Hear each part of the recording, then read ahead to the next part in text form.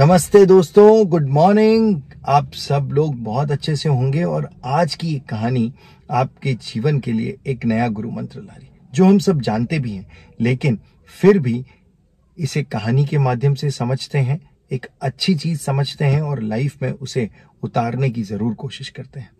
कई बार हम लोग देखते हैं कि बड़ बोलेपन का शिकार लोग अपने लिए और अपने परिवार के लिए और अपने आसपास के लोगों के लिए एक दुविधा उत्पन्न कर लेते हैं, परेशानी उत्पन्न कर लेते हैं और खुद फंस जाते हैं और वो लोग भी फंस जाते हैं जो उनके साथ रह रहे होते हैं। तो हमें सोच समझकर और बिल्कुल सीमित संयमित बोलना चाहिए।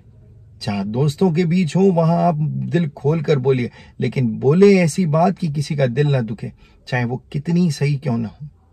सही है, सही बोलना चाहिए, पर सही शब्दों को भी बोलना जरूरी है। आवश्यक रूप से ऐसी बात बोलें जो किसी का मन मोह ले और हमेशा संयमित बोले। अधिक बोलने वाले लोग बहुत फंस जाते हैं क्योंकि वो अपनी बोलने की आदत कभी नहीं छोड़ पाते। इसी पर बेस्ड एक बहुत प्यारी सी कहानी है रशिया की। रूस में एक बहुत पहले निकोलस वन नाम का राजा हुआ करता था। उसके राजा बनने के बाद प्रजा बड़ी खुश थी, बहुत अच्छा सा जीवन जी रही थी। तभी उस राज्य के अंदर पड़ोसी राजा ने एक दूसरे इंसान को भेज दिया जो वहां पर दंगे कराने लग गया। उसने खूब सारे दंगे करा दिए, लोगों की मौतें होने लगी। तो जब राजा को पता चला कि भाई मेरे राज्य में दंगे हो रहे हैं, तो अपने सैनिकों को भेजता है और उस दंगों के कारण को ढूंढने का आदेश देता है।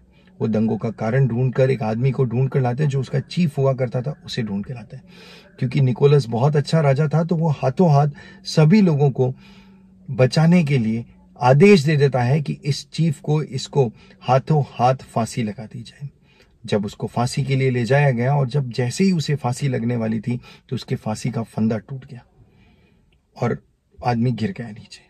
और वहां पर यह माना जाता था कि अगर किसी इंसान की फांसी की रस्सी टूट जाए फांसी लगने से पहले, तो ये भगवान का इशारा होता है कि उसे फांसी ना लगी जाए और उसे छोड़ दिया जाए। तो उसे छोड़ने से पहले सैनिक राजा के पास गए और राजा को बताया कि ये माजरा हुआ। तो जैसा कि राज्य का नियम था, उसे छोड़ा जाना चाहिए था, पर राजा ने उसे छोड़ने से पहले अपने सैनिकों से पूछा कि जब रस्सी टूट कर गिरी तो उस आदमी ने कुछ कहा क्या बात बोली उसने। तो सैनिकों ने कहा, हाँ, उसने ये बोला कि जो राजा एक फंदे की रस्सी अच्छी नहीं बना सकता, भला वो राज्य क्या अच्छा चलाएगा।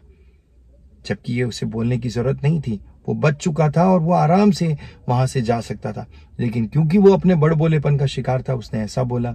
और जब राजा को ये पता चला तो राजा ने उसे सरेआम सबके सामने बेरहमी से खत्म कर दिया, क्योंकि वो गलत भावना लोगों के बीच में फैला रहा था। और इसी चक्कर में उसको अपनी जान गंवानी पड़ी, अपने जीवन से हाथ धोना पड़ा। क्यों? क्योंकि वहां अगर वो चुप रहता, मौन रहता, तो वो बच सकता था।